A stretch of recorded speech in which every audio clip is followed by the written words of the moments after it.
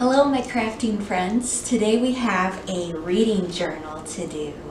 So we were so excited here at the library to see how many of these went out and definitely picked the right audience to make these for.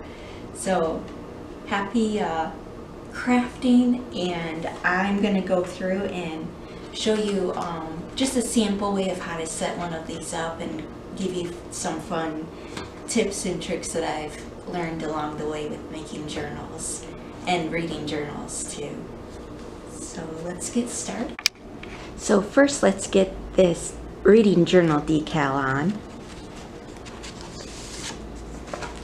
This is kind of optional too. You can decorate the front however you want.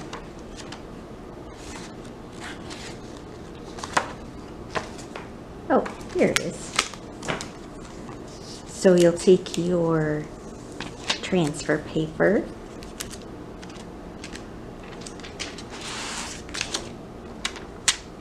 put it on top of there.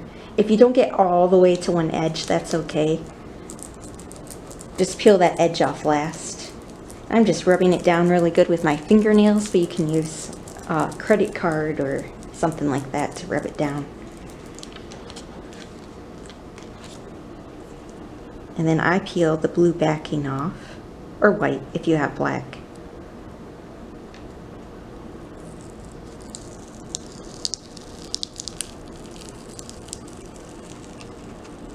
And now we can place this decal on all at the same time.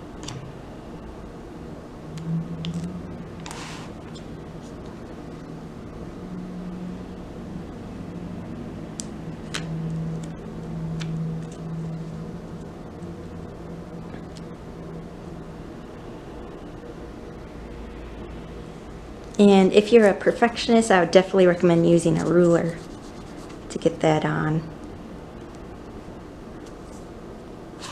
Looks like I have, because my tape didn't go all the way across, I do have a little bubbling out there, but I'll try to fix that.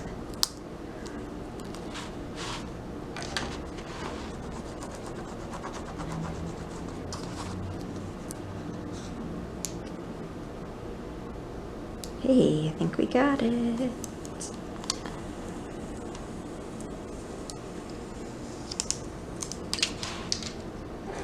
Nice. Ooh, that really pops. I'm just going to use my fingernail to push that bubbling part back in. And no one will ever know.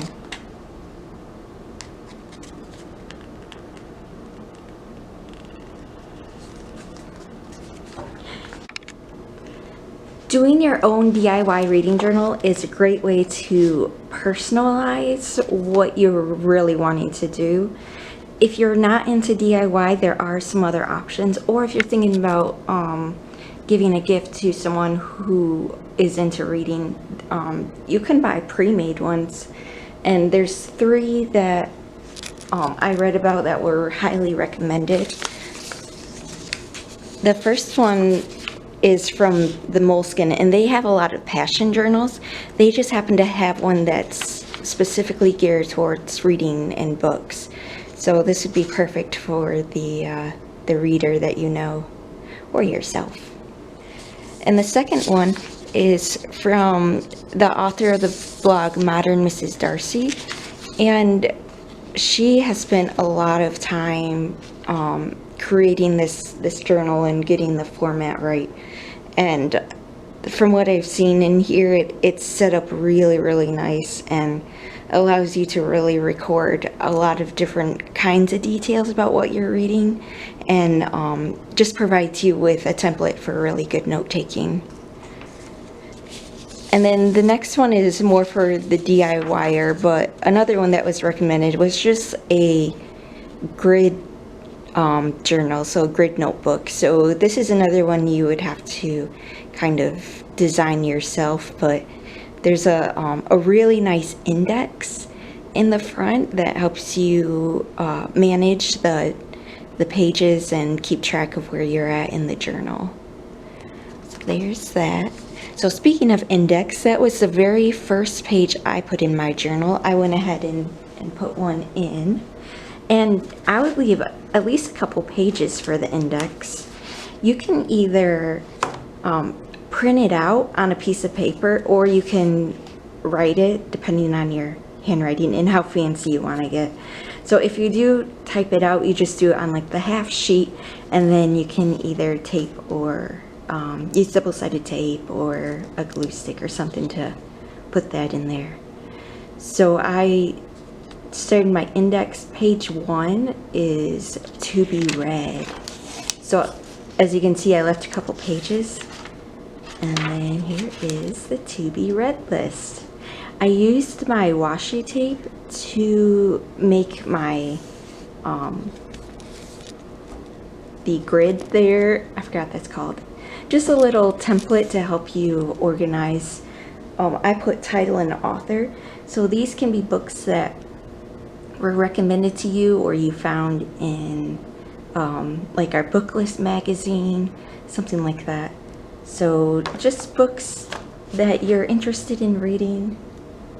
And the blog that I've been looking at to kind of organize all this suggests 3 sections for your reading journal.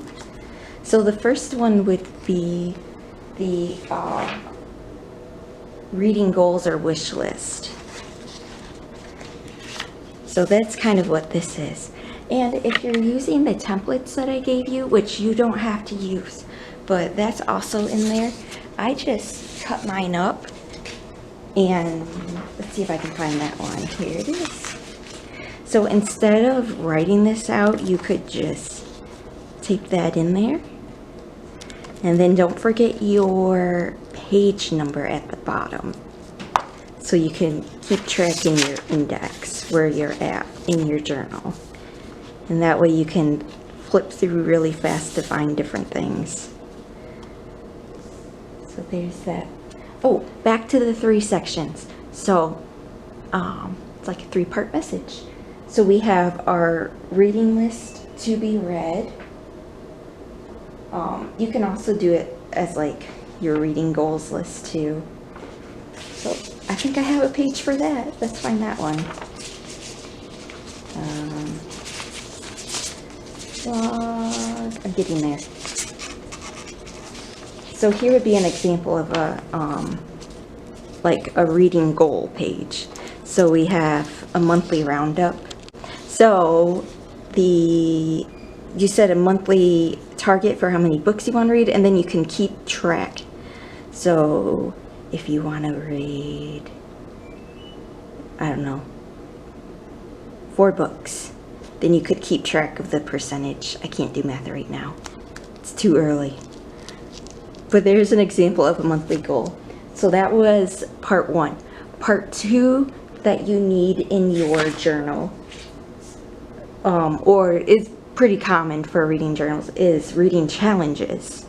So those are all over the internet. You can search Pinterest for reading challenges.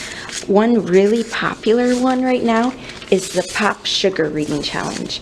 And they do one every year. And instead of titles to read, they do like prompts. So they do, let's see, a book published in 2022. And then another one is a book about afterlife, a book set in 1980s. So you can kind of find a book that you're into, but still complete the challenge too, which is, I think, is really fun.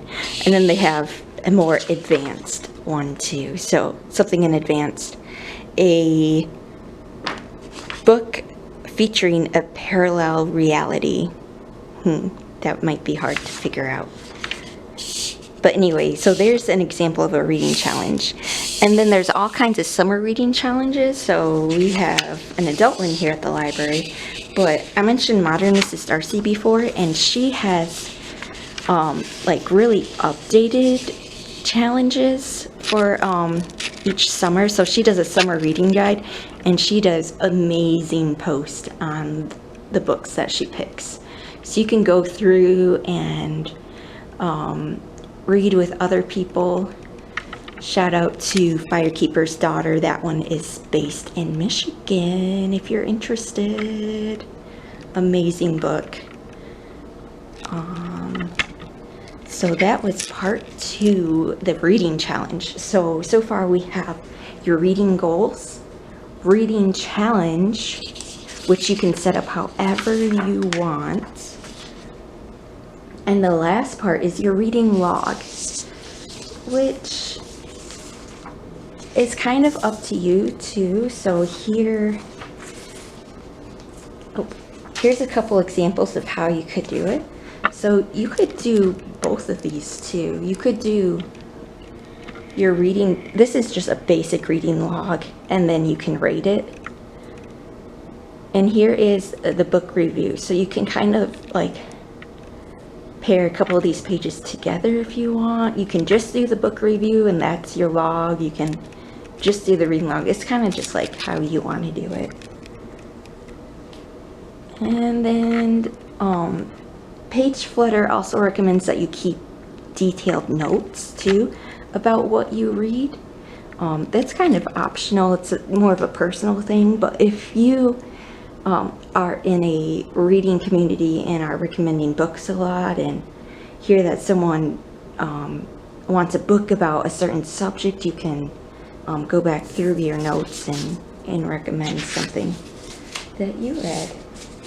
Yeah, I'm excited to see what you guys come up with. This was actually a lot more popular than what we thought it would be, so we're so excited. And have fun with it. You can add stickers on your pages. I started you guys out with just a little bookish sticker, but feel free to decorate and color and just have fun with it. And we look forward to seeing your journals too. Or if you're already doing a journal, feel free to post a few pages on our link on either of these videos here on Facebook or on YouTube. And with that, I hope you guys enjoy your journal and happy reading, everyone.